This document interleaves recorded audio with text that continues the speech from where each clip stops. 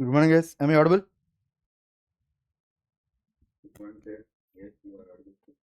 Please turn on the cameras.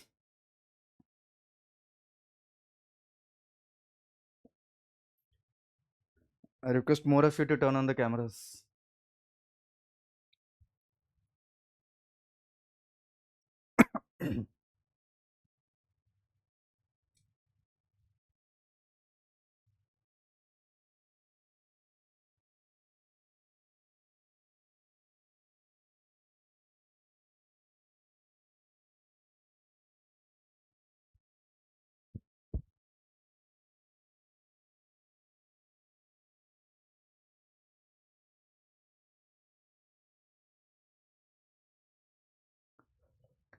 Right. Good morning, guys. It has been a while since we met. How many of you have written prelims this year?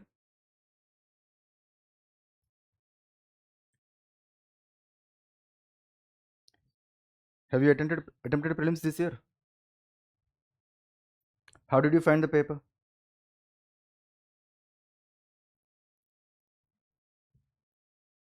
Use your mic. How did you find the paper?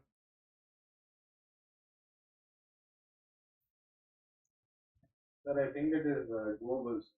Doable. It is more preparation. Yes, yes. Okay. I don't know how many of you have given prelims this year, but my message to those who have given prelims this year, this attempt was not really meant for you. So if at all you are not able to pass the mark, if you couldn't clear the prelims, don't take it to heart. There is nothing.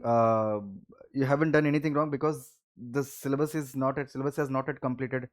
I'm sure even just before 1 month before the prelims, your classes were going on, right? Ideally speaking, the first attempt, the first attempt which is given right after the foundation coaching, is not meant for you guys. Okay, so it requires a lot of preparation. It requires an year of preparation. At least you need 6 months of buffer time for exclusively prelims preparation. Even if you clear prelims, there is less likelihood that you may clear the mains or not. But anyways, you have time now. You have good 1 year. Use it wisely. And I always say this: your ranks are decided during the lean period. There are certain lean periods and there are certain strong periods in the preparation, right? Right after the prelims, if you don't clear the prelims, you lower your guard because you know that the exam is after 12 months. But most of them by December till December, your preparation is not so very serious. And from January 2026, everybody comes back to the study table. Everybody starts preparing for 8 hours, 9 hours. By the notification is out, every aspirant in India would start their preparation. So even if you clear prelims, you're back to square one.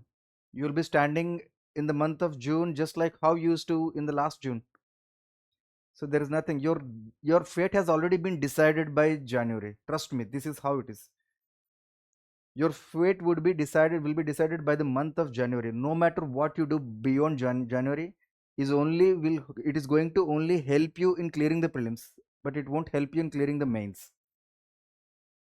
So what you're going to do in the 6 months right now, from June, July, August, July to September, December, this is going to decide your rank. Most of the times, those who are in Delhi, the libraries are relatively empty after September, and especially during the winter time, you have festivals, Diwali, New Year. So somehow the preparation is not so very serious. So I request you to please be very cautious. Use the next 6 months very very wisely. Even if you haven't cleared the prelims, just assume that you're going to write mains this year.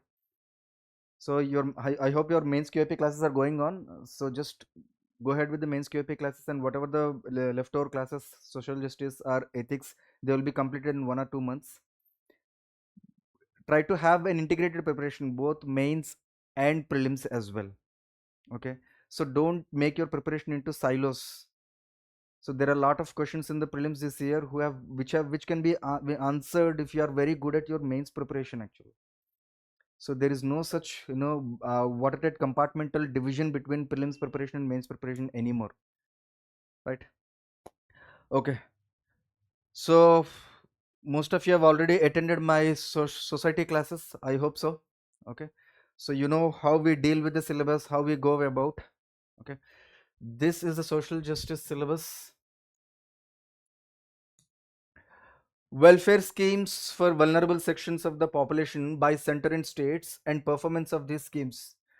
Mechanisms, laws, institutions, and bodies constituted for the protection and betterment of these vulnerable sections. This is where the questions are going to be asked. Mechanisms, laws, institutions, bodies, all these things which are constituted for the betterment of these vulnerable sections, and broad welfare scheme based questions.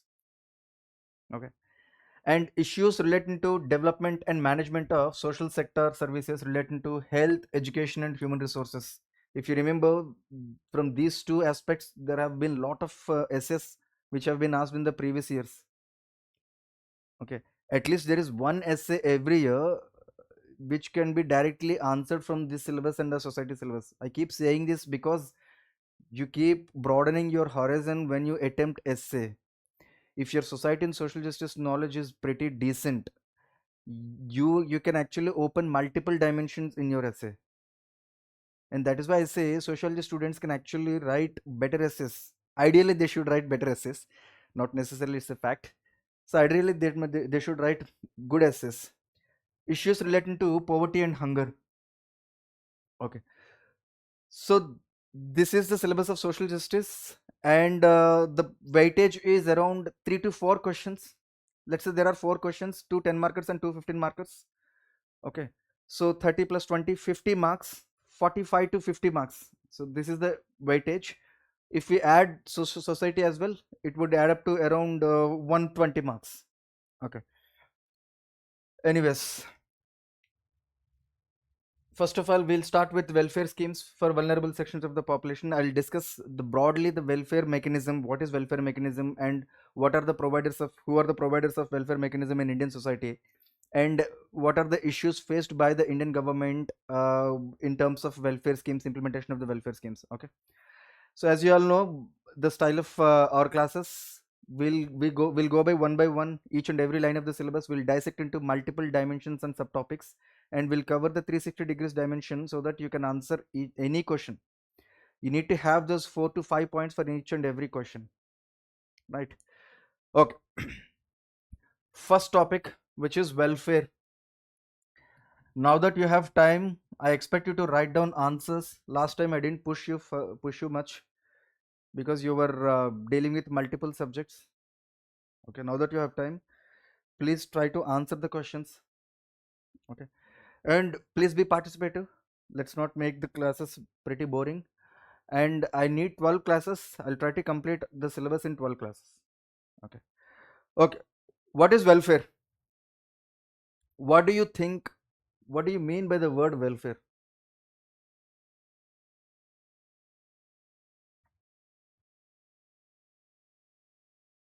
Anything? Come on. As I always say that you don't have to search for classical definition. Anything that fits the demand is fine. What is welfare? It is a support given to an individual for the overall well-being. It's a support given to the population for their overall well-being. So what does it comprises of?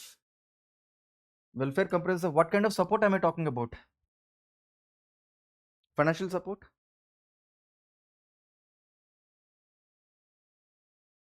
Yes. Use your mic. Yes. Sir, I think it would be a 360 degrees holistic support given So as much as possible. so what does it involve? So first I would believe it would be the financial aid. Okay. Second would be the emotional aid. Okay. Then third would be the aspects of let's say reservations Okay. in Okay. which you are in that. I'll come back to that emotional aspect. That's a very interesting aspect. Yes, Abhishek. So, building infrastructure requirements so people can build their capabilities, which is its freedom of choice concept basically. Mm-hmm. Building people's capabilities to choose for themselves what they want and to increase the level of Okay. choices that they have. Okay. So do you think Narega is improving their capabilities? It's giving them an employment opportunity and letting them develop basic requirements and make it substance. But after a point, there needs to be another program to Okay. further it. You have mentioned two words, two words in the definition. One, capability. Second, freedom. Do you think capability and freedom are ingrained in the scheme of welfare, this Narega? But you still call it a welfare scheme, right? Okay. What your definition of, your definition of welfare is much more refined version of welfare scheme, welfareism. So the basic understanding of welfareism is actual welfare is any kind of support that requires for overall well-being, which starts from nutritional support, right? Health, or what you say, education, skill development, right? Financial support. What do you mean by financial support? Social security, isn't it? Social security, pension, insurance, unemployment allowance, disabled allowance, right? Scholarships. All these things comes under social security, right? Pension, insurance,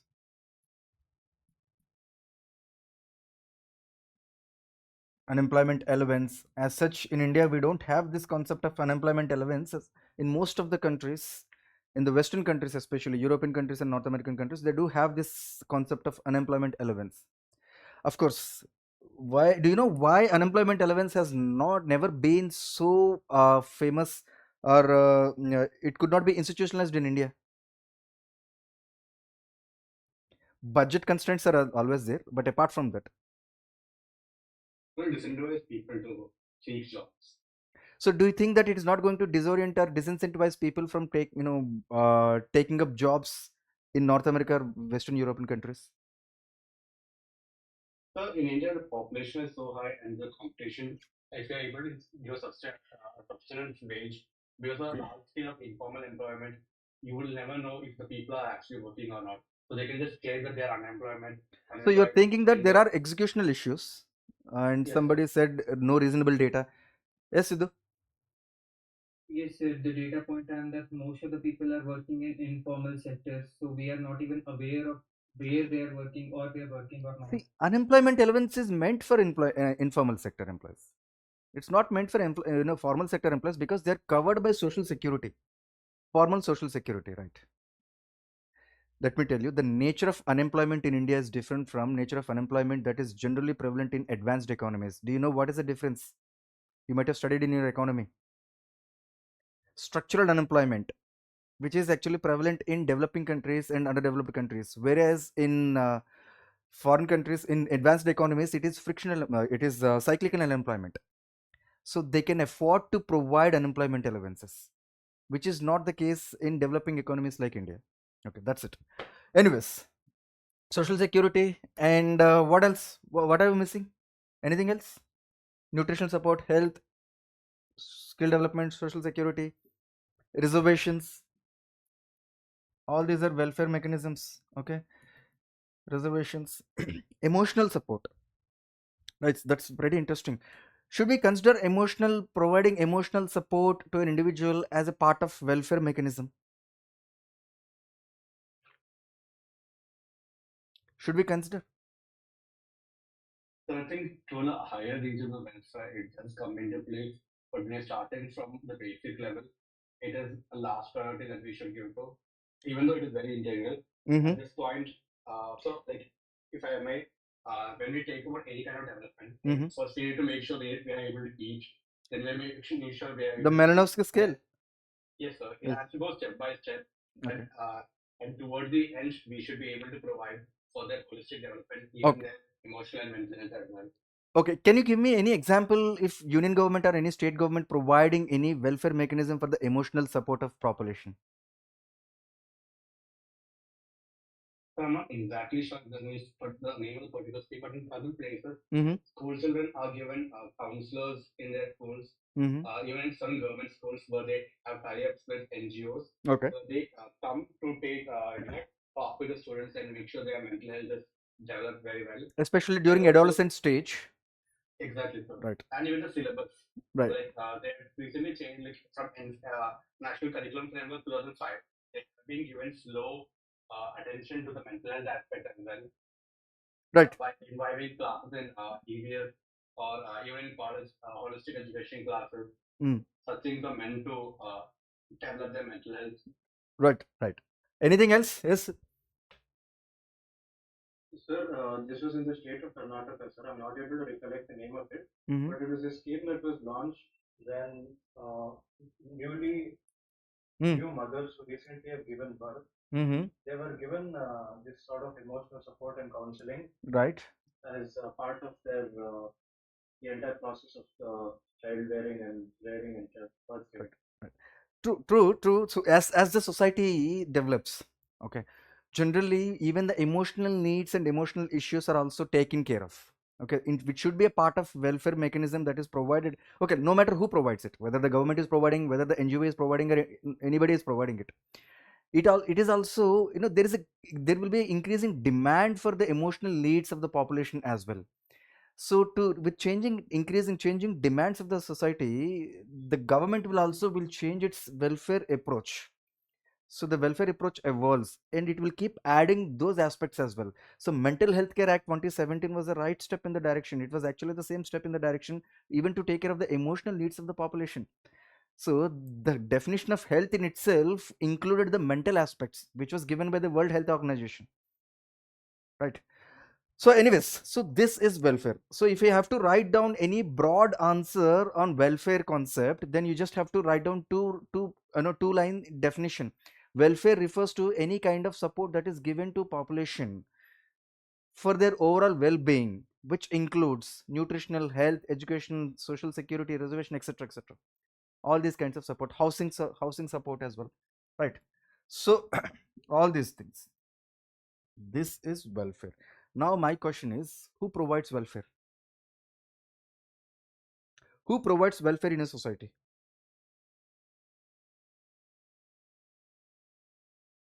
So welfare in reality depends on all the factors in one's environment. It would be the government, the NGOs, the people around. Society matter करती है Okay. because there is emotional support available in the society as well, plus financial support. Be if they are, for example, Mhm. self-help groups, so there would be financial support available as well. Okay.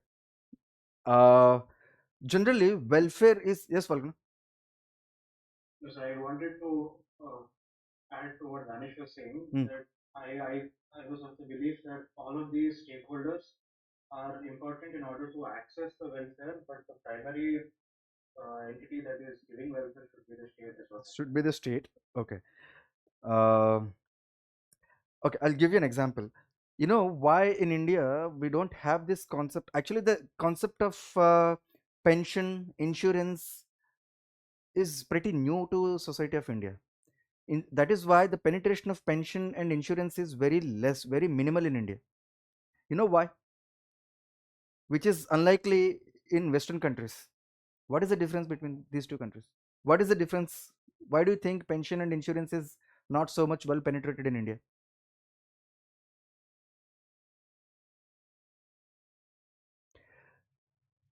You can use your knowledge from society, social institution. There is one particular social institution which is pretty robust in Indian society, which generally takes care of these activities. Unlike in some Western countries where the system of our institution of family is not so strong.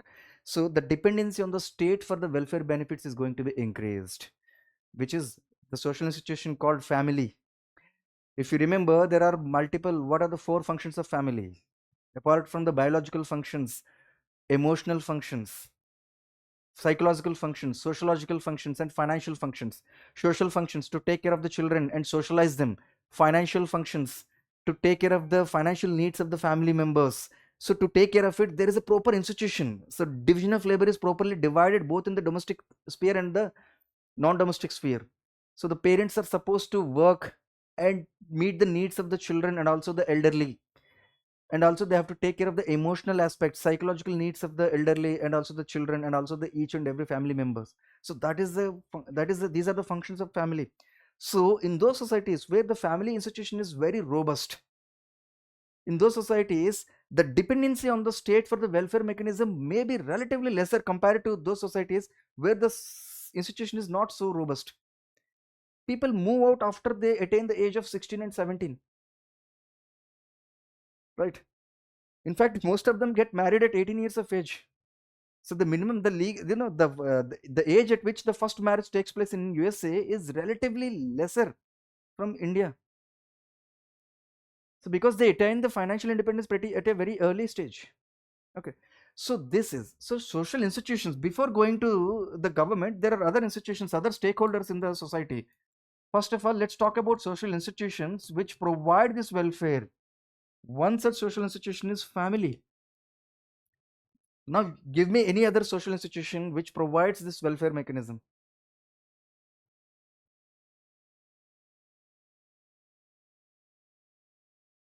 Is there anything, any other social institution which is very strong in India? Caste, right? Caste based scholarships, caste based hostels. What are they? Isn't it? So most of the caste based scholarships are there, hostels are there. They provide lobbying, they provide all kinds of support for the benefit of the students from their community. Yes, Palguna? Also, civic societies, more specifically self-help groups. Self-help group, it's more of a civil society organization. Okay, it's not a social institution as such. So is there any other social institution? Religion. Right, religion, religious groups. What is langar? It's a welfare mechanism provided by a religious denomination, right? Which is, and also, this Akshay Patra Foundation, which provides meal. It comes from a religious organization. It comes from a spiritual organization, isn't it? It comes from a cult sect. So these are the services provided by social institutions. So this is how you need to integrate the society knowledge with social justice. Okay. Right. And then followed by voluntary sector like NGOs. Okay. There are multiple NGOs, non-governmental organizations, civil society organizations which provide welfare benefits. Right. And followed by private sector. Even entrepreneurs, business organizations, they provide welfare. Okay. Philanthropy has always been there in the value system of Indian society, and which has been institutionalized through an act. You know what is that?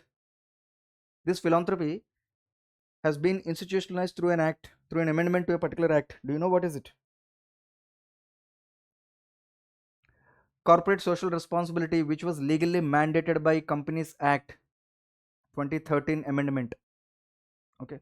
So the corporate social responsibility, you might have heard about CSR activities. So 2% of your annual profits should be spent for certain social aspects.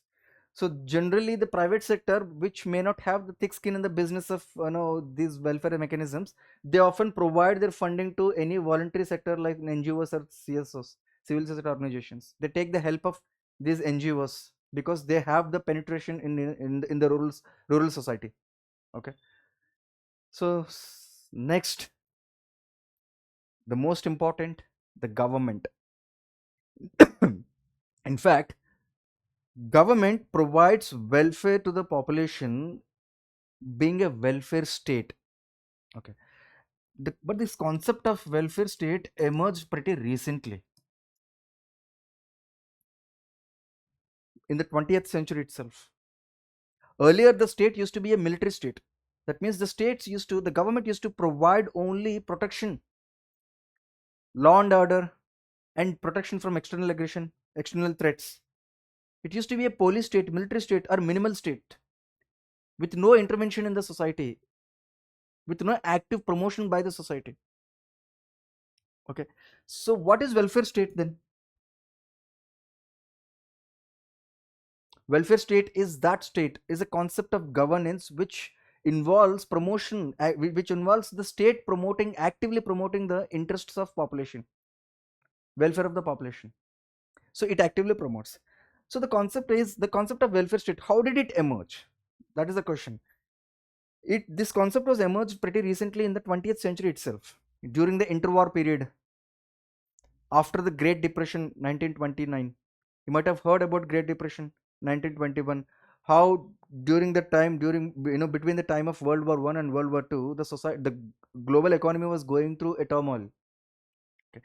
That was the time when they realized that the state should interfere in the activities at the welfare. It should actively promote the welfare of the population.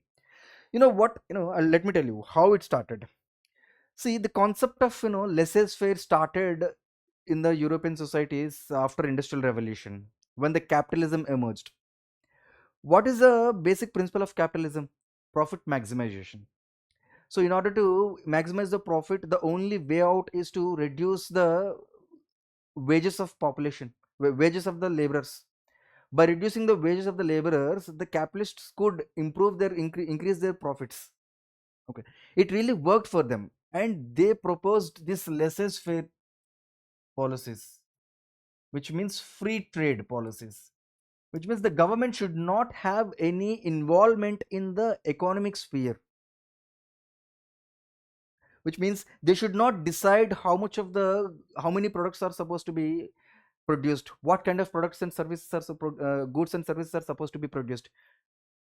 This economy should not be planned, it should not be designed, it should be left to the market forces of demand and supply, and the market will take its own course. So that was the idea behind this laissez-faire. That means government has no business in the business. It shouldn't be involved in any kind of aspect of business. Okay, it really worked for the capitalists. Worked till early 20th century. And they understood the negative consequences of this laissez-faire, absolute adherence to this laissez-faire policies. So what happened? The government did not define or determine the wages, nor the government determine the prices of the commodities that are sold in the market, nor the government could have any restrictions on the number of goods and services that are being produced. So what happened? It led to the pauperization and impoverishment of the population. Even though the capitalists are producing goods and services, there are no takers, there is no demand in the economy. Since this, most of the laborers who get their salaries from the same capitalists, they are impoverished. There is no aggregate demand in the market for the goods produced by the same industrialists and capitalists. Then they understood the significance of government's involvement for the welfare of the population.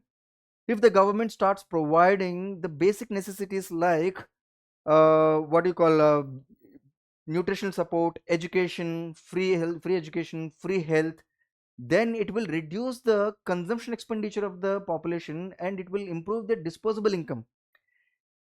If the disposable income among the hands of the people is going to be increased, that will create aggregate demand in the public. So that is the best way of coming out of the recession. It was actually a depression, much more higher than a degree higher than recession. Okay, so then they understood, after Great Depression in 1929, they understood that we cannot turn a blind eye towards the welfare of the population, and we cannot expect the economy to grow. So the government has to involve. So this is how the modern day concept of welfare state was emerged. First, the Western economies have adopted it, and after independence, even India adopted it. Okay, and where do you see this concept of welfare mechanism or welfare state in the constitution? The DPSP. DPSP, and also in the preamble, it was clearly given the concept of social justice. Okay, and it was clearly written in DPSPs, directive principles of state policy. Okay, very very important. I request you to remember these DPSPs. Okay, article 38 to 47, please take a note of these DPSPs, because you are supposed to mention them in your answers. This will enrich your arguments, enrich your answer. Okay, you can mention them in essays, ethics paper, society or social justice answers. including your, of course, the polity answers. Okay. 38 to 47, Article 39, free legal aid to the poor. Okay. 42, maternity health, improving the human conditions at the work. 43, Article 43, providing um, assistance to disabled old age pension schemes and all these things. Okay. And 47, improving the overall health of the society, health of the population. Okay. So these are very important, Article 38 to 47, especially those who have this social justice principle. Okay. Okay. See, as such, as we have discussed, the concept of welfare state emerged in the modern day European society, and which was actually borrowed by Indian society. But there are others who also believe that the concept of welfare state is not something very much, not something very strange to Indian society. The concept of welfare state as a value was always there in Indian society. Can you give me any example? Any example of any rulers or anything from your ancient India? Any ruler, any kingdom, any principle? So, are you aware of these pillar inscriptions of Ashoka, Mauryan inscriptions? In most of the inscriptions, what do they write? They talk about the welfare of the population. They talk about the welfare of the population. Even in the concept, even if you go to the Ardhashastra written by Kautilya, there is a specific, there is a specific chapter on the welfare of the population. It was clearly mentioned that the first and foremost, duty of a ruler is to take care of the welfare of the population, welfare of his subjects, right? So this is, it was there in Indian society. It is there in the value system. It was there in your books. It was there in the it was actually propagated by the rulers. Okay. So what we have ingrained in your constitution through DPSPs is only a continuation of that legacy. Okay. So you understood what is welfare and who provides welfare mechanism or who provides for welfare in a society. Okay. So now my question is, why do we care about welfare? What if we don't create welfare? What if the government, forget about the other factors, other stakeholders?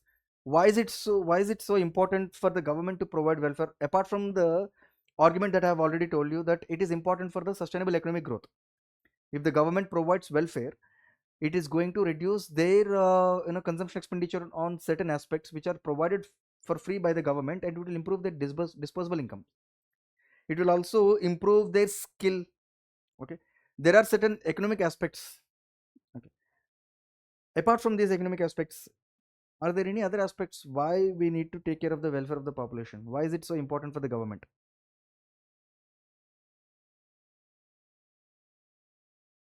Yes. Sir, under Article 14 of the Constitution, Mm-hmm. we have the concept of equality before the state and Okay. equal protection of the state. So we need to fulfill Article 14. Okay. So you need to fulfill article. See, forget about even if it is Article 14 or anything that is given in Article 39 to 47, reducing the inequalities, distributing the resources among the population, equitable distribution. Equitable distribution is actually the second connotation of Article 14 itself. Okay. So Article 14 and Article 39 are interrelated in that way. Okay. Where is they coming from? Anything that is written in the constitution is coming from this concept of welfare state, that is actually indirectly mentioned in our in our constitution. Okay. So it is a constitutional obligation on the government. Though DPSPs are not justifiable, you cannot go to the court and ask the government, but still you can question the government. It is the responsibility of the government. It's a constitutional obligation. Okay. First and foremost, why it is very important for the government to take care of the welfare mechanism or welfare of the population is because India being a welfare state, it is a constitutional obligation,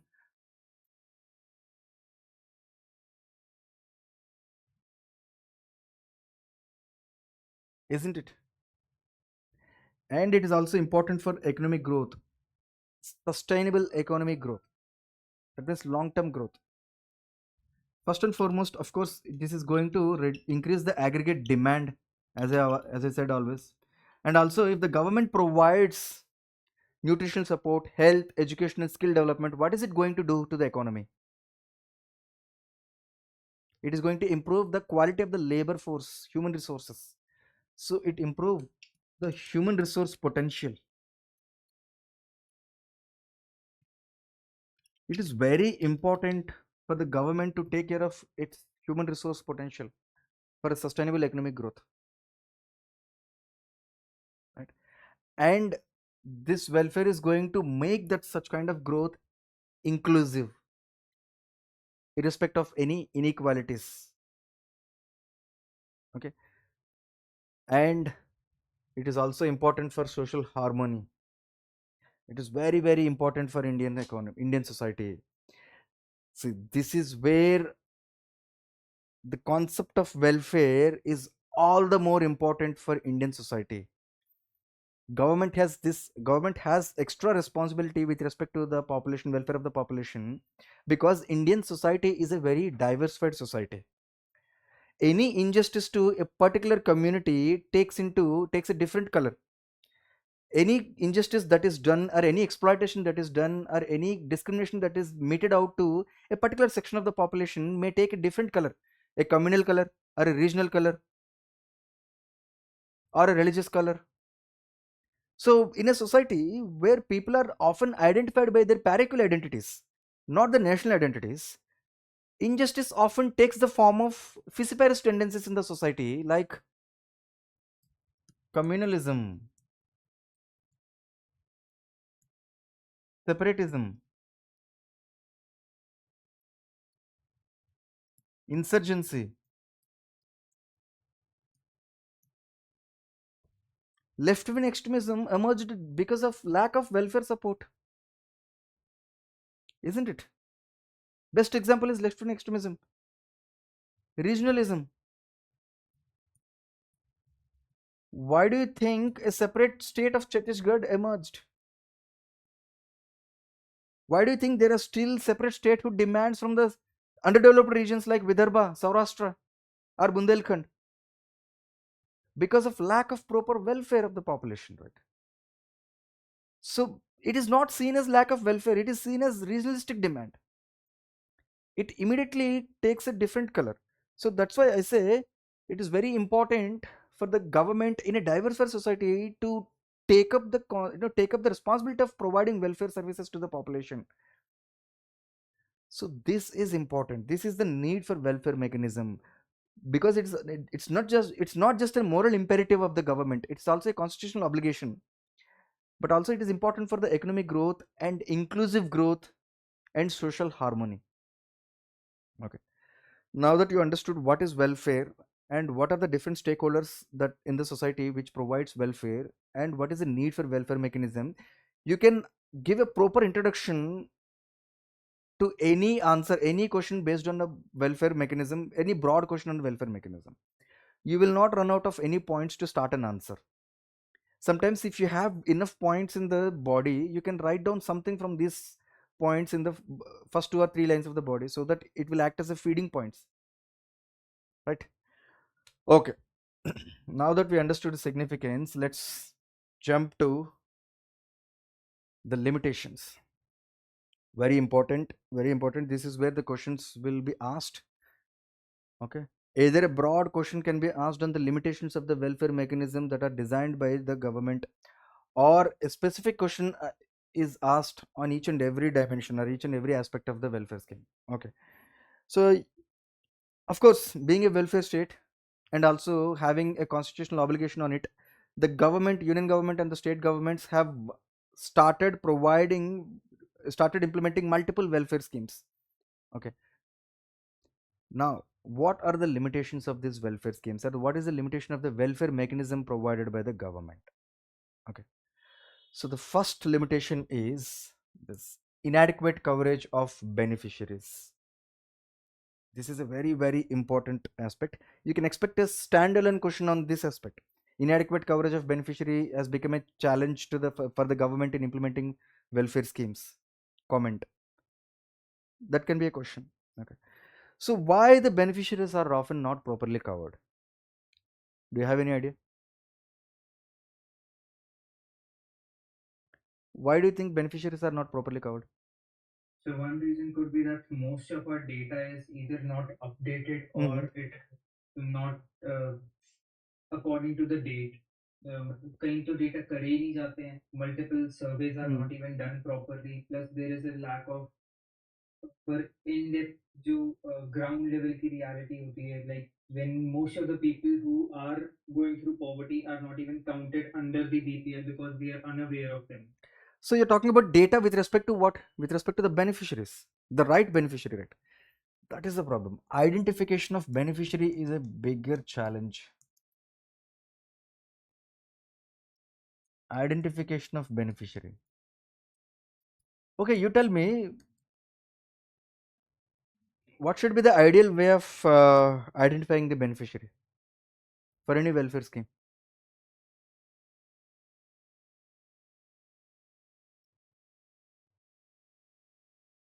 You know, is That you would lay down the criteria of who are the people who will be the beneficiaries coming out of this scheme. After you lay down the criteria, then you would have to go down to the field and survey. no. What is the criteria that I'm asking? Yes, It Sidhu. will depend on Yes. Yes. Karen, sorry. Criteria in the sense कि मतलब कैसे करेंगे उनको identify. Yes. On what criteria are you supposed to define this particular person or a household is a beneficiary of this particular scheme? There should be an objective criteria, right? It cannot be given. It cannot be arbitrary. There cannot be any scope for subjective opinions. Yes.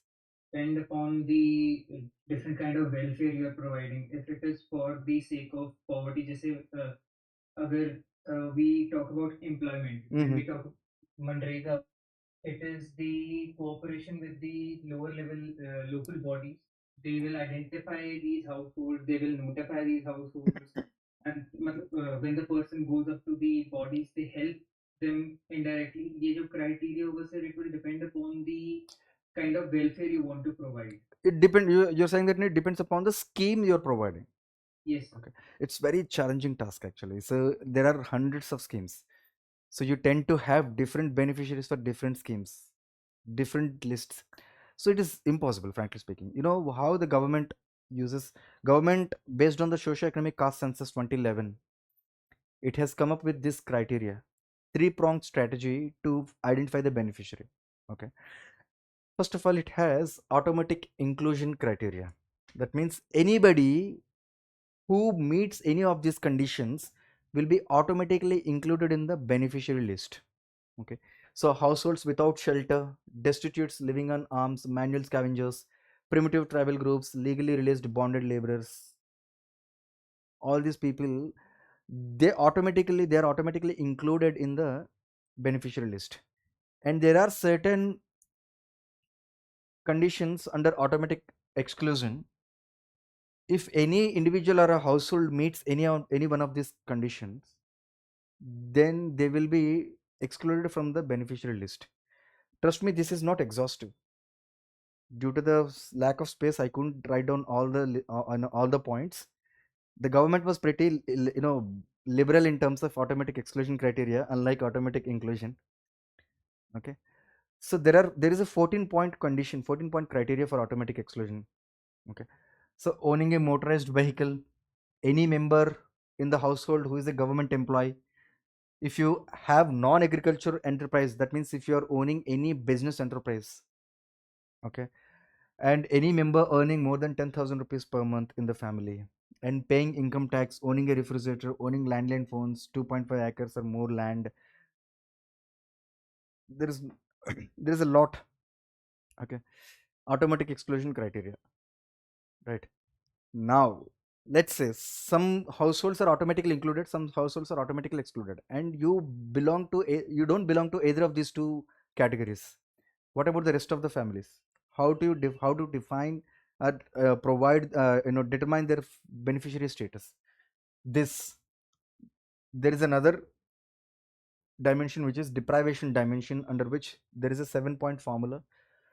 If the particular family has only one room with kacha walls and kacha roof,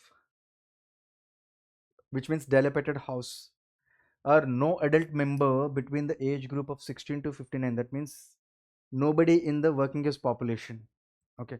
Female headed households with no adult male member in the working age population, disabled member and no able bodied adult member, SC/ST households, no literate above 25 years, and landless households deriving major part of their income from manual labor, which is informal casual labor. So depending upon this deprivation criteria, for example, there are certain households which may meet only one one condition. There are certain households which which may meet two conditions, or three, four. There are certain individuals or households which may meet all these seven conditions. So the degree of deprivation is different. The degree of deprivation is different. So based on that, there will be, first of all, automatic included category is the priority, and beyond that they have this deprivation criteria. Based on the deprivation criteria, they will also be added and included in the beneficial list. For example, if the government is providing free housing under Pradhan Mantri Awas Yojana, first of all, they will be provided to this automatic inclusion criteria. And depending upon the number of the houses left in that particular year, let's say in a village 100 houses are provided, 30 houses are already gone to automatic inclusion criteria, and there are 70 houses left. Depending upon the deprivation criteria, the priority will be given to the most deprived households. So that is why the Socioeconomic Caste Census 2011 three-pronged strategy is often used for Pradhan Mantri Awas Yojana, Pradhan Mantri Jan Arogya Yojana, and most of the state level schemes as well. Okay. See, identification of beneficiary is a responsibility of the state government, no matter which scheme it is. Central government is not going to identify the beneficiaries. It is completely the responsibility of the state government. State governments may add some other, what you call, some other, criteria, some other conditions for the identification of beneficiary, but provided it has extra space to do it, because generally the benefits that are provided by the union government scheme is pretty limited. There are certain schemes, there are state specific schemes which add some more component to the central government scheme, and they name their own schemes, be it housing schemes or health insurance schemes. You might have your own state specific schemes. So some funding pattern is some sort of funding was provided by the government, union government, and the rest is actually added by the state government, and they add more conditions for the extension of the beneficiaries. That's it. Okay. So this is the strategy. Now, what is the problem with this? Do you find anything wrong here? If you don't find anything, you will become a good bureaucrat.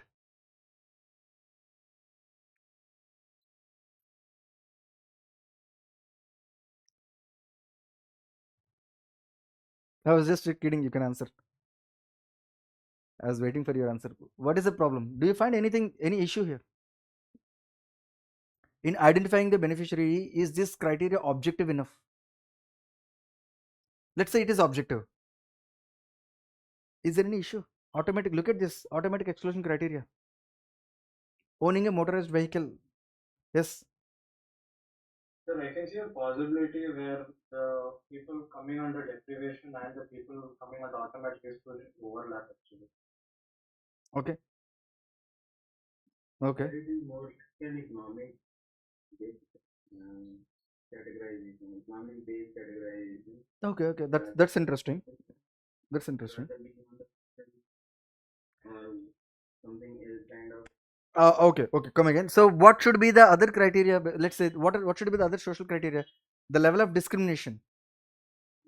But level of discrimination is pretty subjective. You need an objective criteria, right? So it needs to be measured so that whether I can actually define whether you're a beneficiary or not based on the condition that you meet. So how do you measure the level of discrimination faced by an individual? That is reflected in your socio-economic indicators. So that is what no literate no house, no education, financials. Yes, that is right. There should be a social indicator. Discrimination should be a basis for definite, identifying, but it tends to be subjective. So it should be reflected in it some objective, objective indication. That is why we often use socioeconomic indicators like your occupation, casual labor, your ownership patterns. Do you have agricultural land? No. Literature, education qualifications? No. Health status? No. Caste status? That's it. Okay. Yes, the problem is actually with automatic exclusion criteria. So the exclusion criteria, makes most of the deserving beneficiaries excluded from the purview of welfare schemes. That is a problem. So this leads to, let's say, exclusion errors. That means the deserving beneficiaries may be excluded from the application of the welfare schemes. Okay. And not only that, the problem is, even if you identify the beneficiary, the list of the beneficiaries is not regularly updated.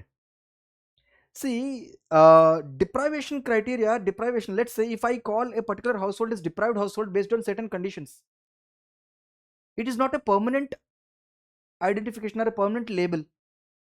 There must be some change in the or socioeconomic empowerment in the household. So the same household should not be treated as a below poverty line household or a deprived household forever. So that is why in most of the villages, if you see, even if there is a government employee, if the son or a daughter is a government employee, they make a separate ration card. The parents still retain the own old ration card to receive the benefits. Ideally, they should not be receiving any benefits from the welfare schemes, because there has been some sort of socio-economic development, and they should vacate the space for somebody else, isn't it? So due to the lack of updation or regular revision of this beneficiary list, it leads to inclusion error. That means undeserving beneficiaries will continue to receive the benefits. So lack of revision of beneficiary list, lack of revision of list of beneficiaries, it leads to inclusion errors.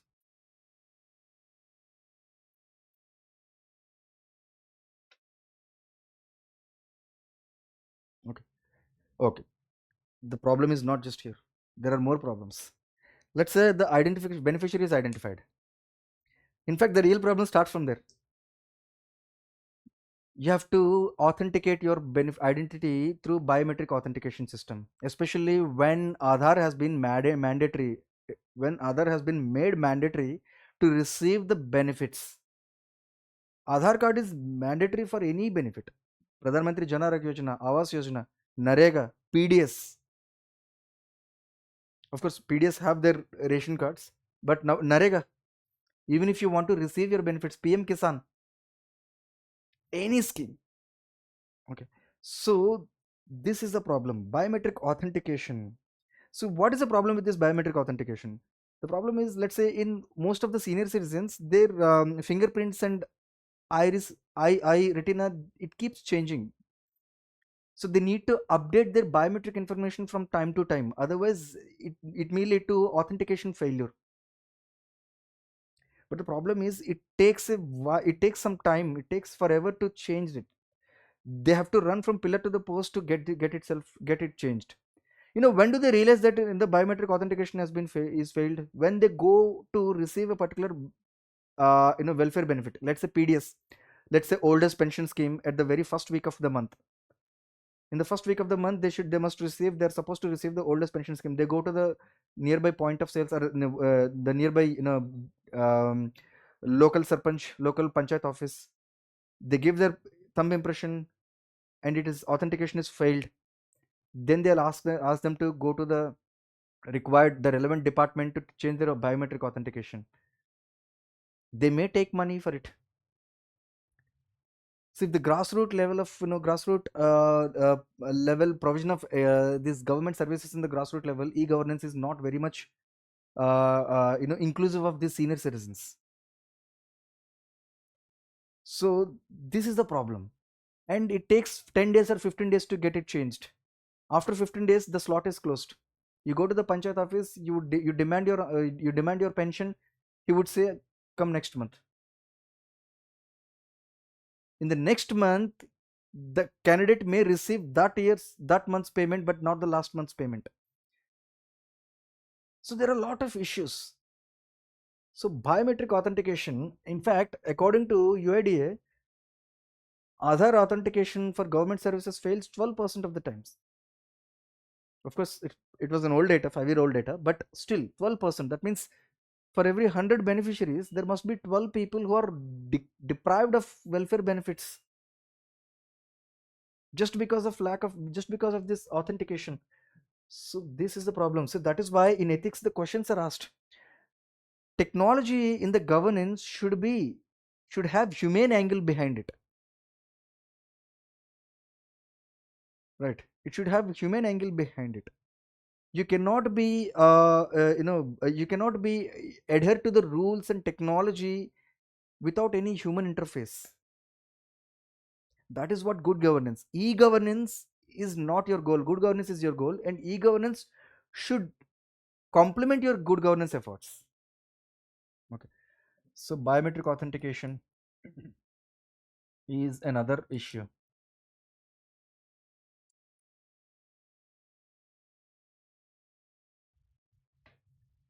Okay, biometric authentication is also done. The problem is often these welfare schemes are not taken advantage by the migrant laborers, because for most of the welfare schemes you are supposed to provide the local residential proof. Till few days back, the migrant laborers could not get even the PDS benefits. Forget about anything. Thanks to one nation one ration card scheme, where the union government has encouraged all the state governments to come on board and provide these PDS benefits. That was also successful because the entire 100% of the funding was provided by the central government, not the respective state governments. So the state governments did not have much problem in coordinating with the other state governments to provide these PDS benefits. So problem is, despite that, often they provide issues because of lack of data with respect to the migrants. If the local government do not have the proper data with respect to the number of beneficiaries in its local PDS outlet, how are you going to provide how much of rice and how much of wheat is going to be provided to the local PDS outlet? The Food Corporation of India, FCI, provides to the state government, and the state agencies should provide and distribute these food grains to the local PDS outlets. But they should have the proper data. So obviously the priority will be given to the local population. So the migrants are deprived of welfare benefits. I'm just giving the examples of these portable schemes like PDS, one nation one ration card. For the other schemes, there is no such portability aspect. See, the problem is migrant laborers were never taken or never seen as an integral part of the destination space or city, especially in the urban areas. They are always treated as outsiders. In fact, they themselves treat themselves as outsiders. They don't take voter card here. They don't use use their right to vote. They go back to their village, right?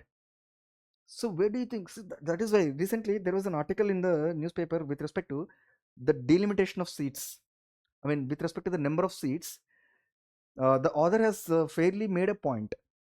The seat should be based on the electorate, not on the population.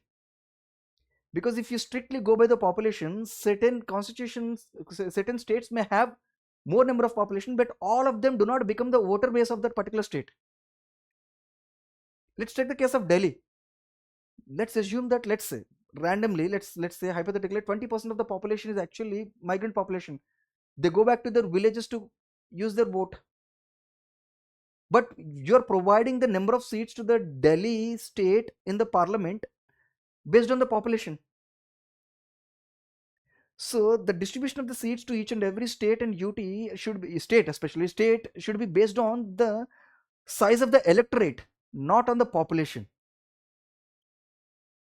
So it's a pretty interesting, observation. So then, this is because of the migrants. Migrants are not voter base. Migrants are not the voting base. They don't vote. They don't receive the benefits, and they cannot go to the local corporate or a local, urban local body and demand the welfare benefits. So these are the issues. Okay. If there is any standalone question on especially this dimension, you have 4 points to write down. Right. Next, the other limitation of welfare scheme is with respect to its design and implementation. Most of the welfare schemes tend to be regressive. I hope you're following. I'm not asking too many questions. If you have any doubt, please raise your hand or you use your mic. Okay. Okay. Most of the welfare schemes are regressive in nature. What do you mean by regressive in nature? That means the benefits of the welfare schemes, the welfare benefits often reach mostly to the undeserving beneficiaries rather than the deserving beneficiaries. Can you give me any example? Is there any such welfare subsidy scheme, anything which is provided by the government, but it is mostly cornered by the undeserving beneficiaries, not the deserving beneficiaries? Don't get into the reservation benefits. Apart from reservation, can give me any example of? We'll get back to the reservation concept tomorrow. We'll have a separate topic on affirmative action. Apart from that, is there any subsidy or a scheme?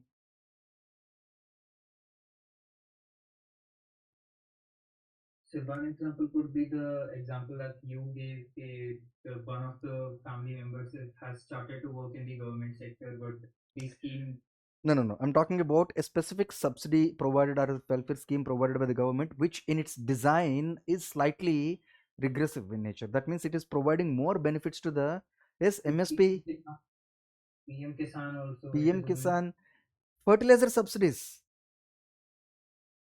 Fertilizer subsidy. Who get to receive the benefits?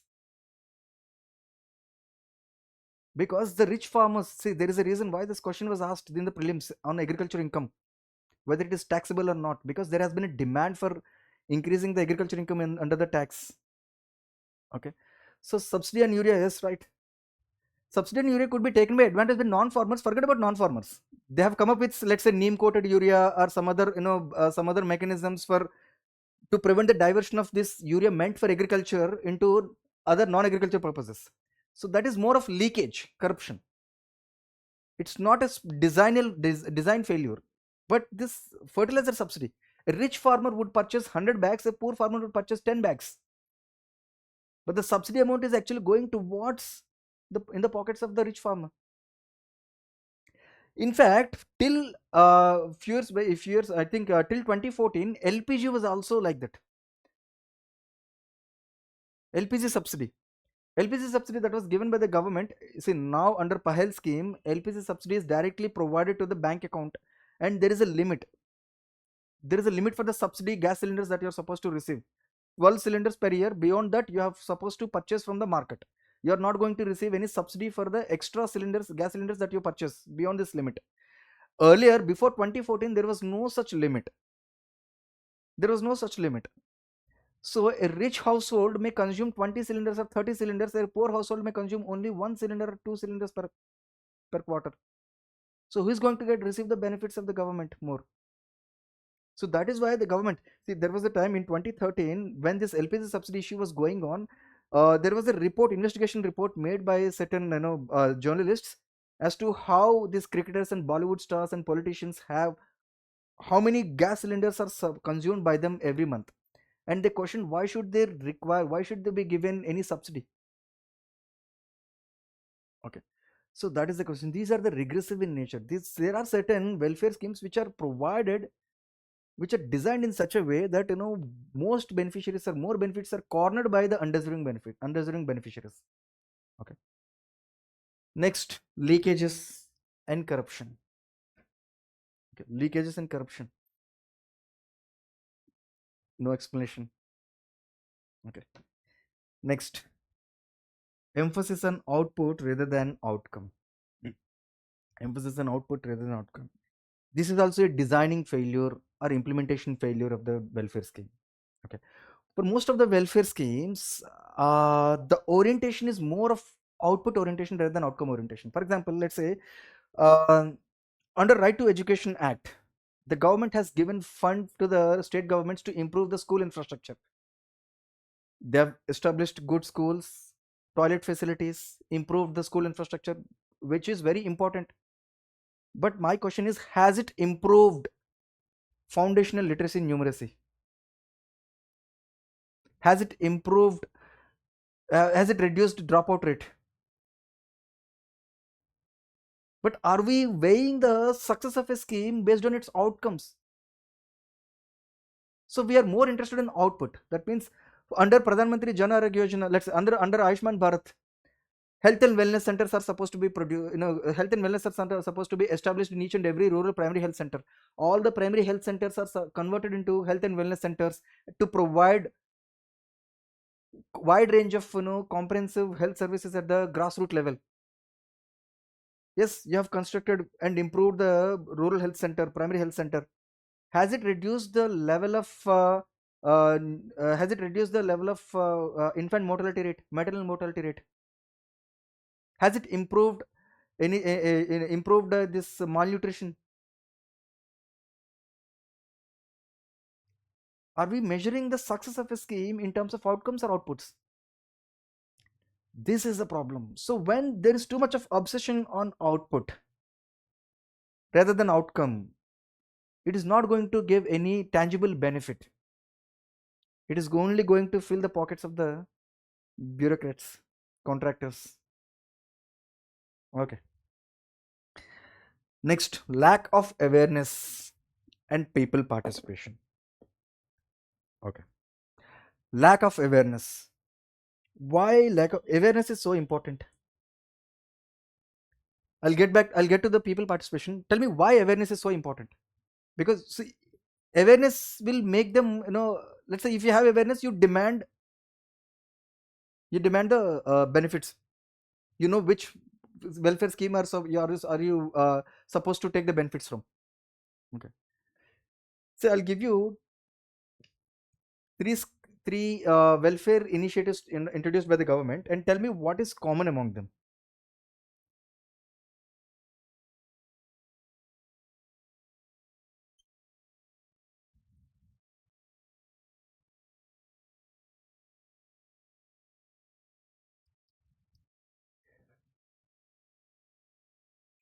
Okay.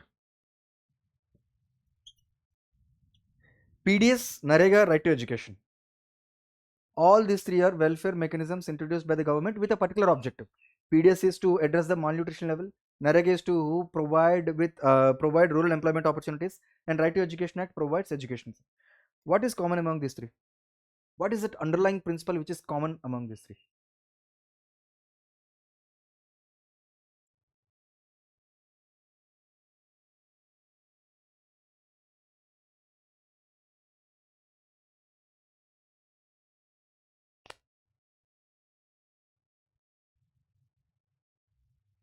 Any idea?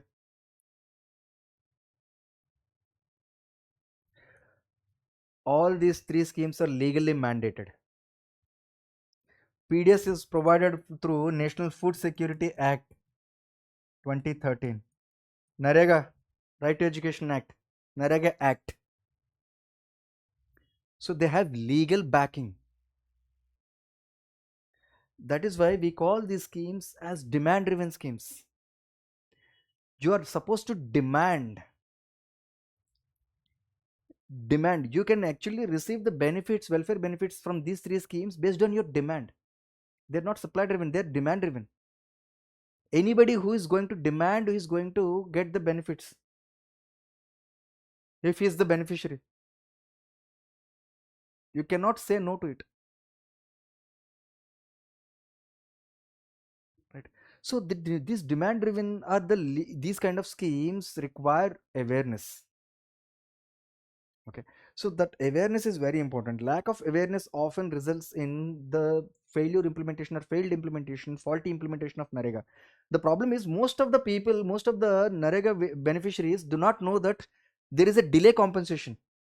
If the wage is delayed beyond 15 days, the government is supposed to provide delay compensation to them. They don't know that. Most of the people who are actually taking going to the government schools, if they don't have neighborhood government school, they can go to the private school, because there is 25% reservation in the private school for socio and economically disadvantaged sections. How many of the poor people know about it? Understand my point? So lack of awareness, so there is no demand. Okay, and I'll address this dimension through a question. Okay, this question was asked in 2019. The performance of welfare schemes that are implemented for vulnerable sections is not so effective due to the absence of their awareness and their active involvement at all stages of policy process. Discuss. Okay, which means their awareness and participation is very important for the efficient implementation. And what will happen if they don't participate, if their awareness is not good? Of course, first and foremost aspect is the awareness is important for demand driven schemes. Okay, and tell me why participation is important. Active involvement and in all stages of policy process, that means designing stage, implementation stage, and post implementation stage. So why it is important, why people participation is important during the designing stage? To get hold of the ground reality of the demands of the people, because policy in the end is being made for them. So they should participation, because their problems will be well known to them. Right. You would not be able to understand their issues because sitting in someone else's shoes, सुनने में अच्छा लगता है, but it's not practically possible. See, most of the bureaucrats are actually started from the ground level, right? So why do you think they're not able to provide uh, the schemes that design the welfare schemes which are very much relevant to the local demands? Where do you think is the problem? So first of all, the demand is continuously changing. The demand is constant. When the bureaucrat came into bureaucracy, at that time the demand would have been different from what it is right now. Right. Okay. I agree with that. The demands may evolve from time to time, but the problem is the welfare schemes are any schemes which are designed try to solve this one size, solve the problem through a one size fits all approach. That is the biggest problem. Okay, even if you are aware of the local conditions, you tend to have a baseline scheme for everybody without accommodating the unique needs of the local population. The needs of the population vary from place to place. Let's say we were talking about the PDS, right? One nation one ration card has started implementing has started providing PDS benefits to migrant population. Let's say a laborer from Rajasthan going to Tamil Nadu, do you think he's going to receive wheat as a PDS under his PDS scheme? May not. You understand? So you don't understand the unique requirements of a certain population, certain sections of the population. So you tend to have a broad policy or broad scheme for it, and that is why you require people and a participation of the population for whom the welfare scheme is being framed. Okay, for example, let's say under the Samagra Shiksha Abhiyan, the union government is providing funding to improve the infrastructure in the schools so that it will improve the literacy rate, it will reduce the dropout rate. And let's say the funding, if the funding is actually conditional upon improving the infrastructure in the schools. Now let's take two different states.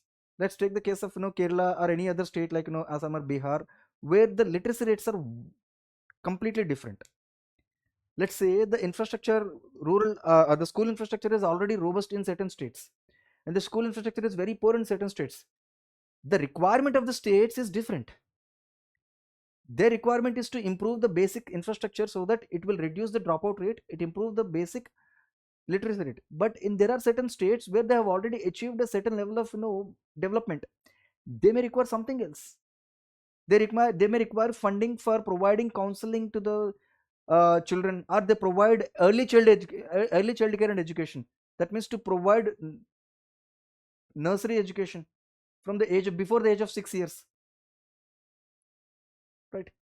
So you cannot make the scheme conditional upon certain conditions.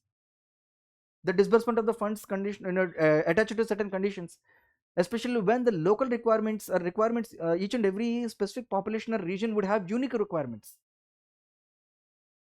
Even in the case of if the government comes up with any rural health scheme, it has to understand the local epidemiological status. In certain states or in certain regions, the topography may result in certain disease pattern. Japanese encephalitis, typhoid is pretty much prevalent in certain certain regions where the topography is bowl shaped topography, which leads to stagnation of water. Whereas there are certain states or certain where the region is very pretty arid region, there is no such stagnation of water. They may face some other issues. People in the mountainous regions may have some other issues. Your local rural health scheme should not be a pan-Indian scheme. It should accommodate that flexibility to make changes according to the unique requirements, and you will be able to understand the unique requirements only when you have local people participation. Understand? So the top-down approach, the biggest problem of implementation of the biggest limitation of welfare scheme is actually it is designed and penetrated to the local population, to the level of local population, instead of the vice versa. Okay, this top-down approach may not address unique requirements of local population, right? This is the problem. Okay, and not just that, even during the implementation stage you require participation of the local population. Why do you require the participation of local population?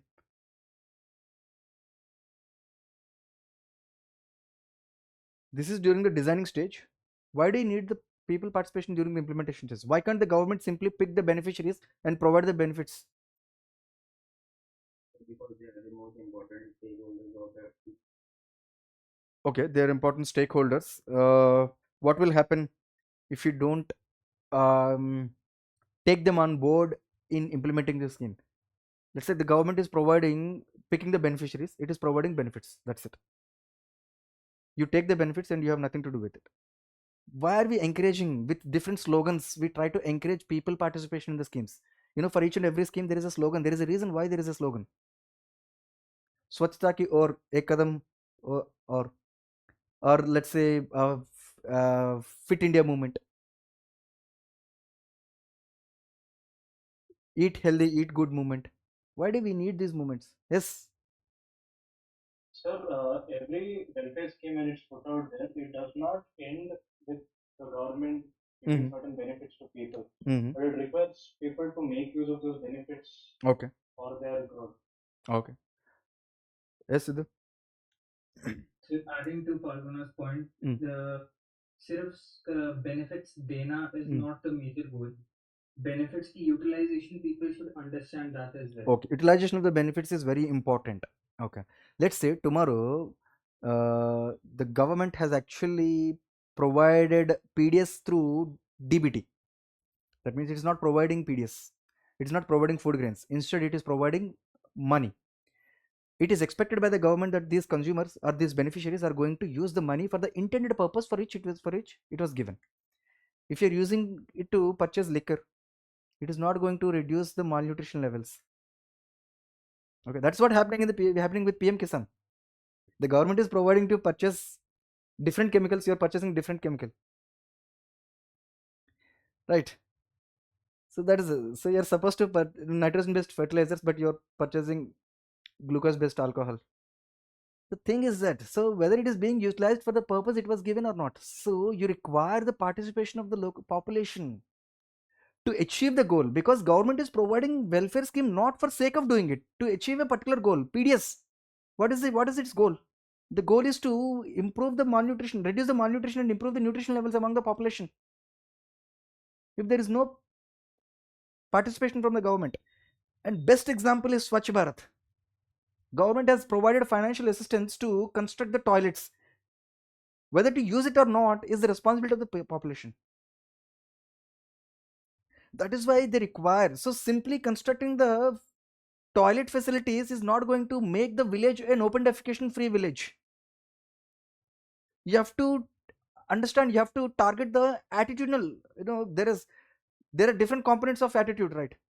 There is a behavioral component. So not using, there is cognitive component, emotional component, and behavioral component.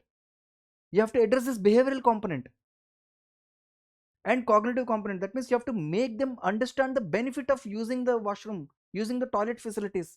You have to make them understand the significance of making the village open defecation free, how it is going to improve the health of the local population, how it is going to reduce the communicable diseases that are prevalent in a rural area. Then it will change their cognitive component and it will change their attitudes. And it is behavioral component. That means through rewards or punishment, you try to change the behavioral patterns, so thereby changing the attitudes. So you require that. That is why the government takes the help of the celebrities who have goodwill among the population. For tobacco, to reduce the tobacco consumption, you have Rahul Dravid. You have what you call, you have Vijay Balan, you have Amitabh Bachchan. Why? To send the message across the population, to change the attitudes, because they are role models. They may influence the behavioral component of your attitude, so that you will encourage to internalize the value behind the scheme, internalize the goal of the scheme, thereby both the government and people come together to achieve a common goal,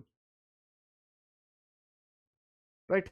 So if you don't do that, the beneficiaries will remain as passive beneficiaries, not active stakeholders in the developmental process. As long as they remain mere passive beneficiaries, the government or the society cannot achieve its collective goals. I use the word collective goal, not the government's goal, collective goal of the society, right? So without people participation during the implementation, make the beneficiaries, make them mere beneficiaries of the government rather than active stakeholders.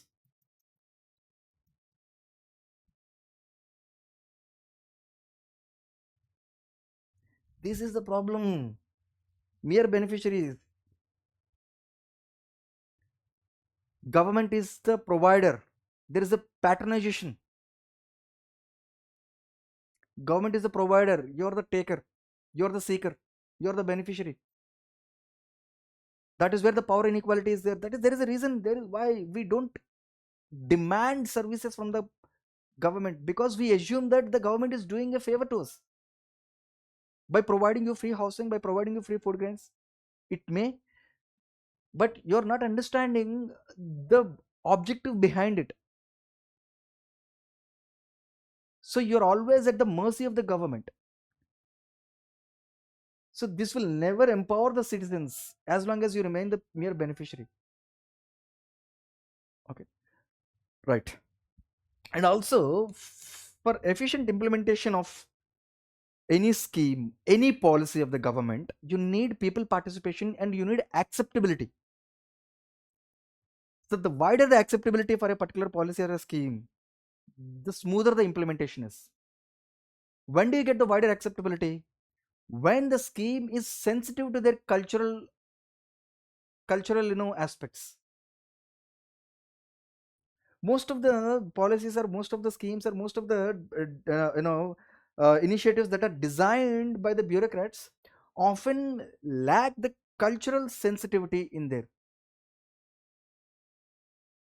Understand? For example, if you see, there is a vaccine hesitancy among scheduled tribes. During the time of COVID pandemic, the government had to take the help of local NGOs to convince them that you're supposed to take vaccine. This is only, this is good for your health and community. How do you cater to the cultural sensitivity of the local population? For example, let's take the case of family planning. Some communities may not receptive to the idea of abortion, or some religiously orthodox communities may not be receptive to the idea of using the contraception, abortion, vaccine. We have some cultural issues there. Government may be assuming that by providing affordable access to contraceptives will eventually lead to reduction in the total fertility rate. It may not happen until and unless you address the local cultural sensitivities. So you have to address it. If you don't have, it is not incorporated in the design during the designing stage, it will lack acceptability, wider acceptability, and hence it is going to hinder the efficient implementation of the welfare scheme. Okay, for cultural sensitivity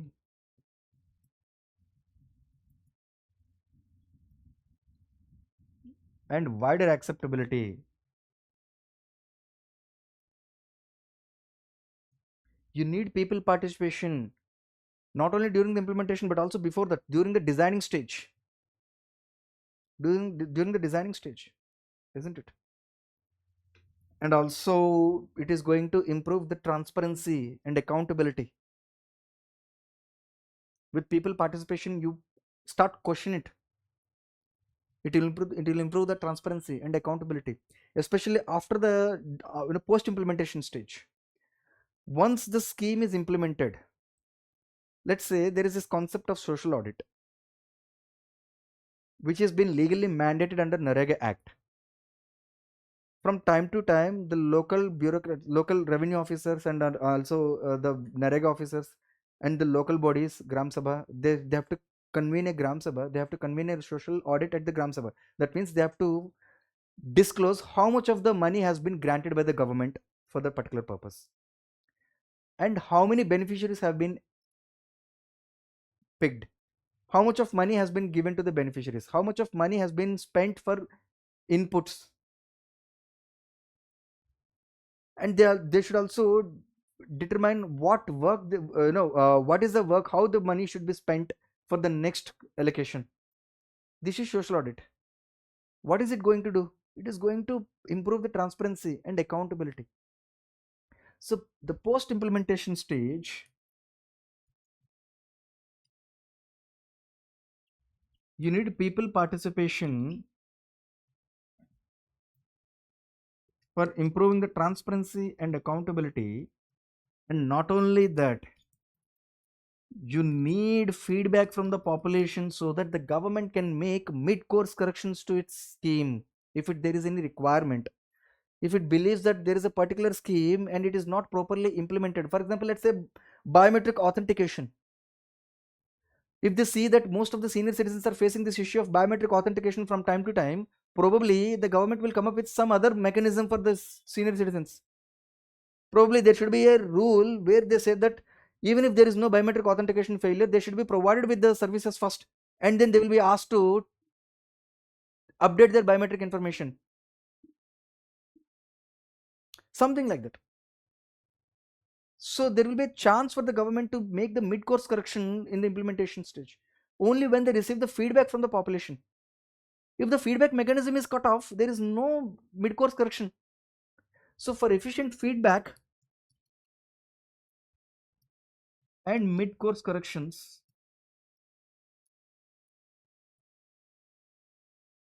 you require people participation.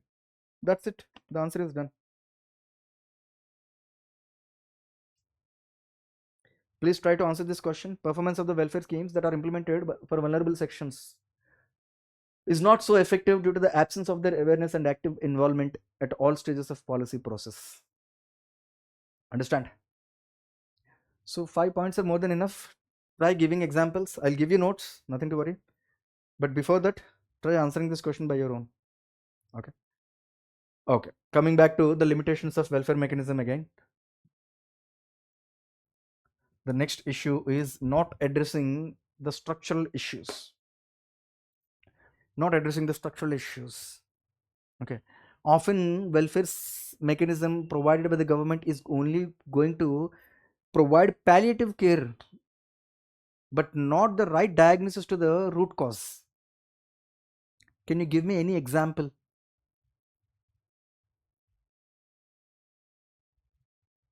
The MSP. Right, MSP is good, right? Anything else?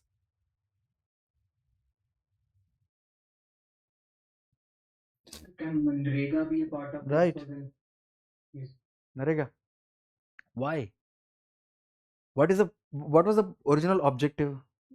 To provide 100 days of employment opportunities to rural laborers, especially manual unskilled laborers.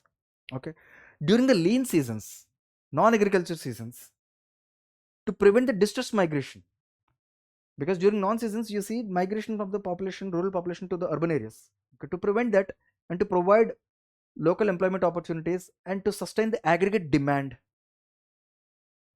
it was required. Narega was required. But do you think it is a sustainable solution? How far and how long the government is going to provide these artificial employment opportunities? And see, the scheme has been in force, in implementation for almost 2 decades. What kind of employment opportunities are provided by the government? When the government improves the rural infrastructure, they need laborers. So that laborers are taken through Narega. What kind of works are done? Construction of the roads, rural connectivity, desiltation of the lakes, especially during the before the monsoon season, before the onset of the monsoon season, rainwater harvesting, fodder development, construction of panchayat buildings, schools, primary healthcare centers, all these things, electricity connections, all these things.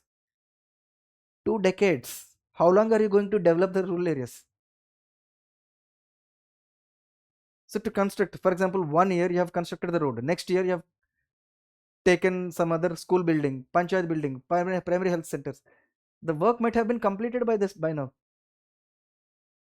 Even if it is not, let's say repairing, doing something else, you may not require the significant amount of laborers as beneficiaries. It is legally mandated. It is a demand driven scheme. How are you going to provide it? Narega scheme is a white elephant. The government was almost about to cut down its budget allocation and COVID happened. Reverse migration has forced the government, compelled the government to increase the budget allocation. They understood it. In India, it is impossible to sustain the rural demand without Narega. So the solution is not to cut down the Narega budget allocation. The solution is to provide alternative employment opportunities. There is a reason for demand for Narega works because there is something is lacking there. That means there is no rural infrastructure. There might not be any, the health of the MSMEs is very poor. Small and micro enterprises are very poor. Or there is no adequate availability of the skilled labor force. Probably, or there might not be any financial inclusion, or might not be any digital connectivity.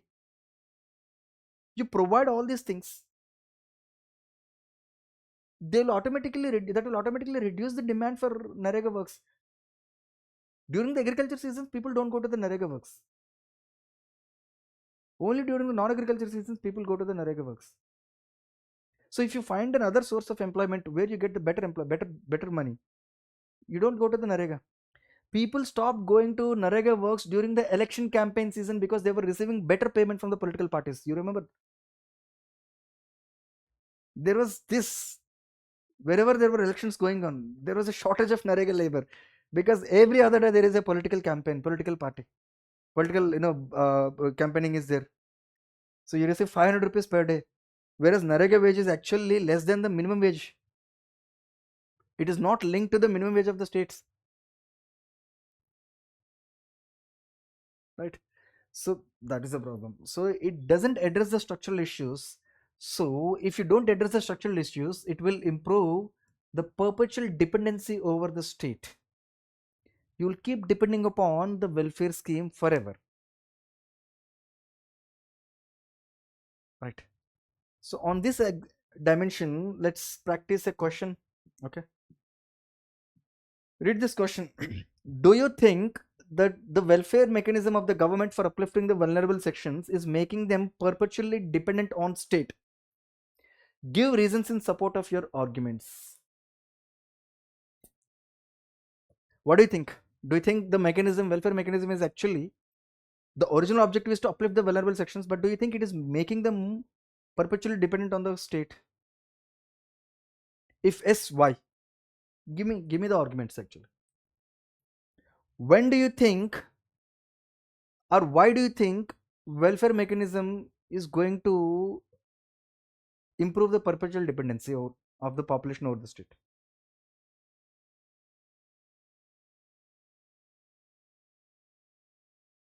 One argument has been discussed already. If it fails to address the structural issues, okay, if it provides only palliative care, it is not going to improve or make them dependent, make them independent. So fails to address the structural issues.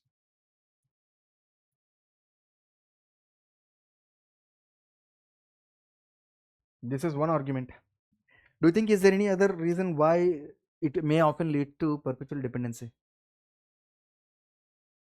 Because the schemes are not skill driven and they don't focus on the skills to get enhanced. That's why people remain dependent on. So there is no capability approach in the welfare scheme. Even the design of the scheme, this will eventually improve the dependency. Okay, lack of capability approach. I'll well deeper into the capability approach when we discuss the poverty, but yes, capability approach broadly refers to improving the capability of the individual so that he will have the freedom to choose his own livelihood rather than depending upon the government for its livelihood. Okay, so lack of capability approach.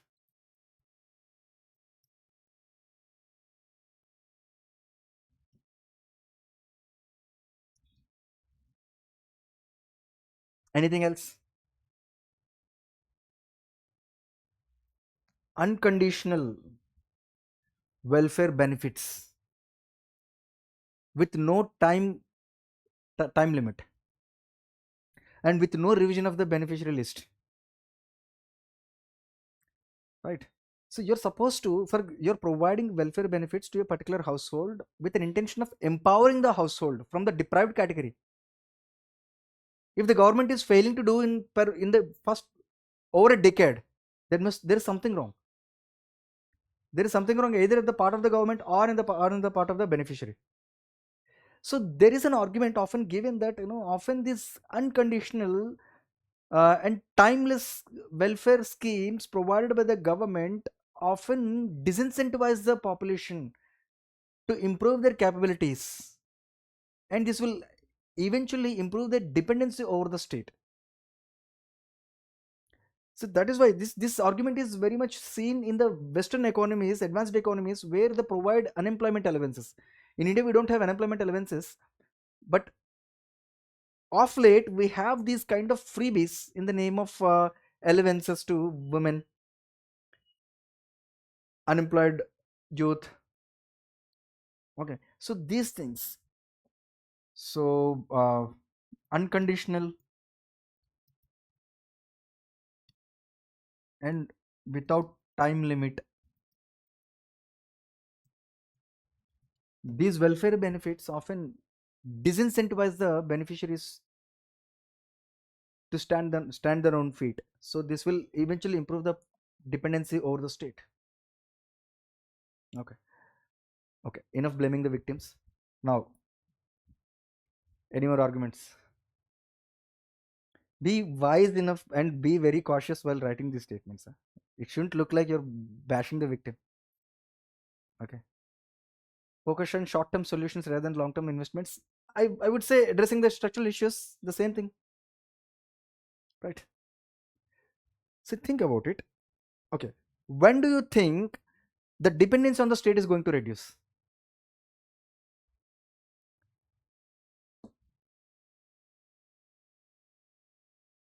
When do you think, for any benefits, for education, health, social security, or financial benefits, or your financial dependency, or anything, or dependence on the government subsidy or anything?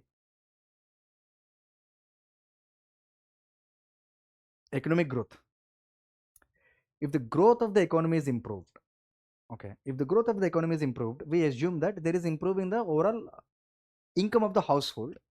This will eventually reduce the dependence of the particular household and the government for everything, at least for house, at least for Narega, PDS. If your income levels are increased, it will reduce your dependence on the PDS. It will reduce your dependence on the Narega. At least the two most important welfare schemes have been vacated for somebody else. And if you become part of the formal employment opportunity, if you get a formal employment opportunity, you may receive housing loan. You don't have to depend upon the Pradhan Mantri Awas Yojana urban component. So my point is, this growth has not been, India has experienced growth, and we are boasting of becoming the fourth, now we are in the fourth largest economy, surpassing Japan. Good news, definitely. The overall macroeconomic targets often give certain relevance to us in the global economy and global policy, multilateral, policy issues. But at the ground level, it hardly makes any difference. If it is not going to improve, it is not going to be reflected in the improvement in the per capita income. So whether you're targeting economic growth or per capita growth is the point. So if the growth is not accompanied by employment elasticity, it may result in jobless growth. So if India is actually experiencing jobless growth, it is not going to reduce the dependence on the state. This is the problem. Non-inclusive and jobless growth is the problem. As long as the government is only concentrating on the overall economic growth but not on the per capita income, not on the inclusive growth, not on employment creation, then you're actually indirectly making them depend upon the state. So non-inclusive is also one of the reasons, or jobless growth.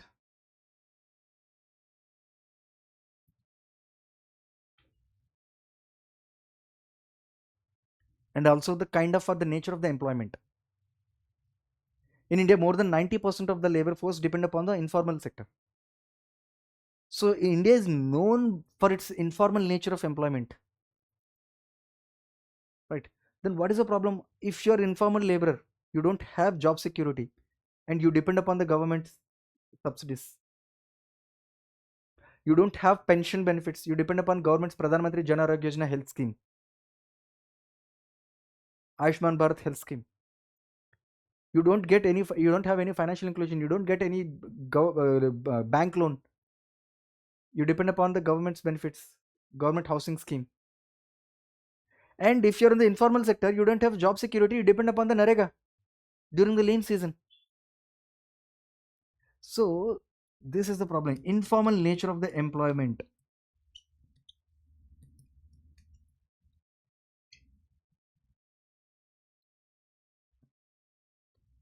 Informal nature of the employment.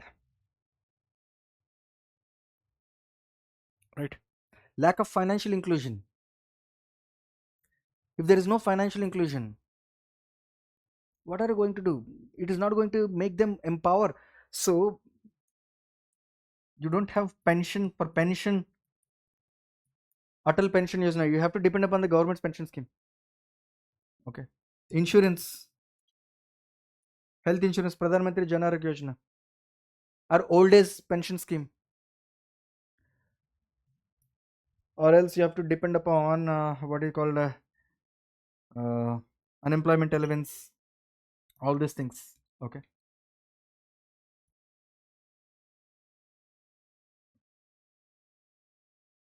Right. And there are other market vulnerabilities which often make them depend on the state. Okay. What are these market vulnerabilities? Generally, with increasing household income, we assume that they reduce the dependence on, let's say, the basic schemes like PDS. Because if your income levels are going to be increased, you don't take the PDS entitlements. You generally try to purchase goods from the market. Your consumption pattern do change with increasing income. Okay, fair enough. But it's not sustainable.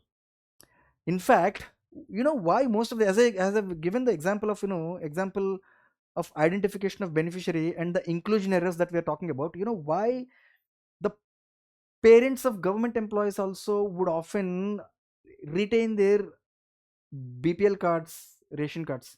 You know why? Inflation, food inflation.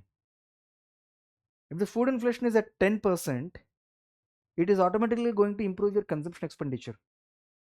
Then you immediately get back to the government services, government entitlements. In the rural areas, most of the population, most of the households, even after improving their household income, they continue to retain the validity of this, retain these documents, and they want to continue to retain the status of the deprived household category, only to make sure that if there is any inflation, if there is any market vulnerability, I have to depend upon the government services.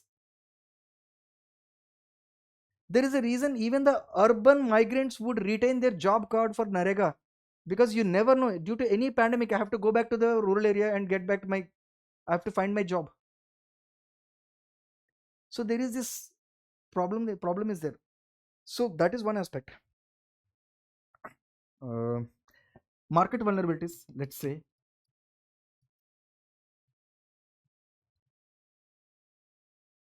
like inflation. So inflation will improve or make them dependent on the state services. The same thing for education, health, not just for food, education, health, for everything, right? Let's take the example of MSP, minimum support price. What is minimum support price? That is the price at which the government is going to procure the food grains from the farmers, if at all the market price crashes below the MSP. If the market price of the agricultural commodities crashes in the market, they don't have to go to the traders and they don't have to resort to distress sale. Either they can wait or they can go to the government and the government is going to procure it at MSP. Fine, fair enough. Okay. Even after 70 years of independence, the farmers are still looking at the government to sell their produce, as if there are no traders. Government is procuring for its monthly PDS requirements, for open market sale scheme, for everything, for buffer stock, maintain the buffer stock. But is it the only reason government is procuring? MSP is a politically sensitive issue. They have to procure it. There is a reason farm laws were repealed, because it has become politically sensitive. So MSPs also has become a burden on the government. Okay, it has become a burden on the government. But why do you think farmers are actually depending upon the government for its procurement? Why can't they go to the market? Price volatility. This is the biggest problem, price volatility. This price volatility make them depend upon the government subsidies like MSP.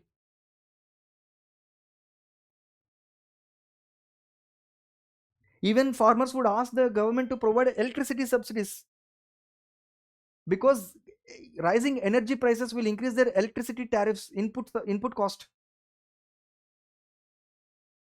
right? So even for the procurement, they depend upon the government. So as long as you don't address the market vulnerabilities, as long as you don't address the informal nature of the employment and make them formalize the economy, as long as the growth is non-inclusive, no amount of welfare support given by the government is going to reduce their dependency on the state. It only improves it will perpetually make them dependent on the state. So my question is, do you think welfare schemes uplifting, welfare schemes of the government designed for uplifting the vulnerable sections is making them perpetually dependent? Yes, it is making them perpetually dependent because of these reasons. Of course, you can blame the designing nature of the welfare schemes. However, there are other reasons why it is actually making them perpetually dependent on the state. You cannot blame the welfare mechanism. There are other issues in the market. As long as these issues are addressed, you cannot reduce the dependency on the state. Understand? So you have arguments for both the sides of you have points for both the arguments.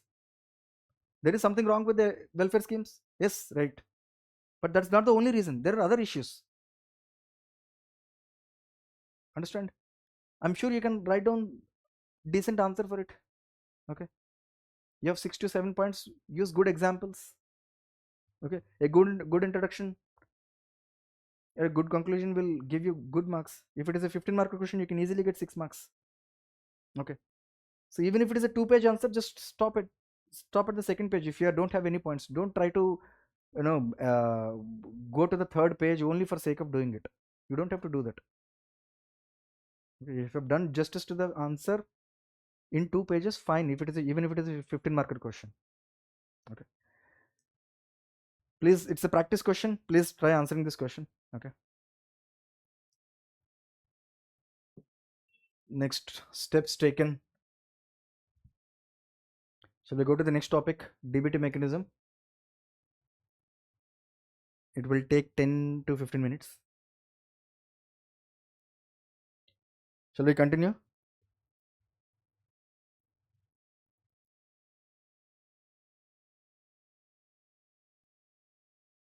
Say something.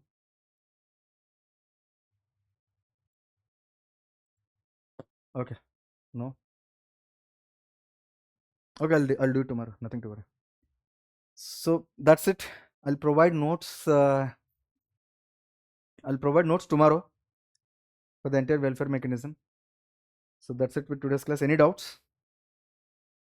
You want to add anything?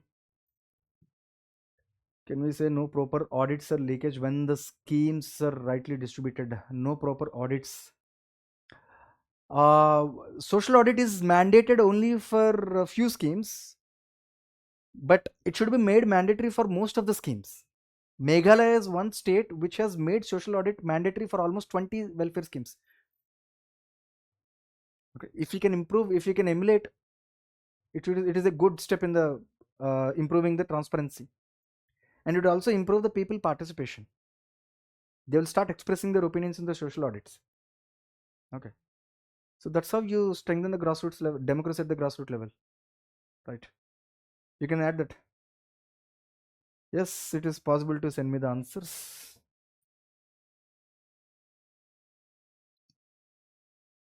I hope you have my number.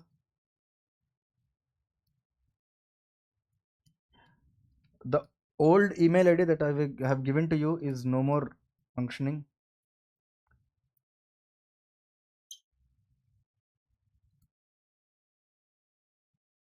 #1401 Rajakumar1401 @gmail.com.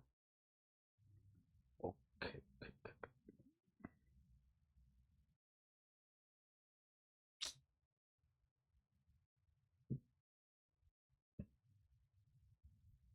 Okay. Yes.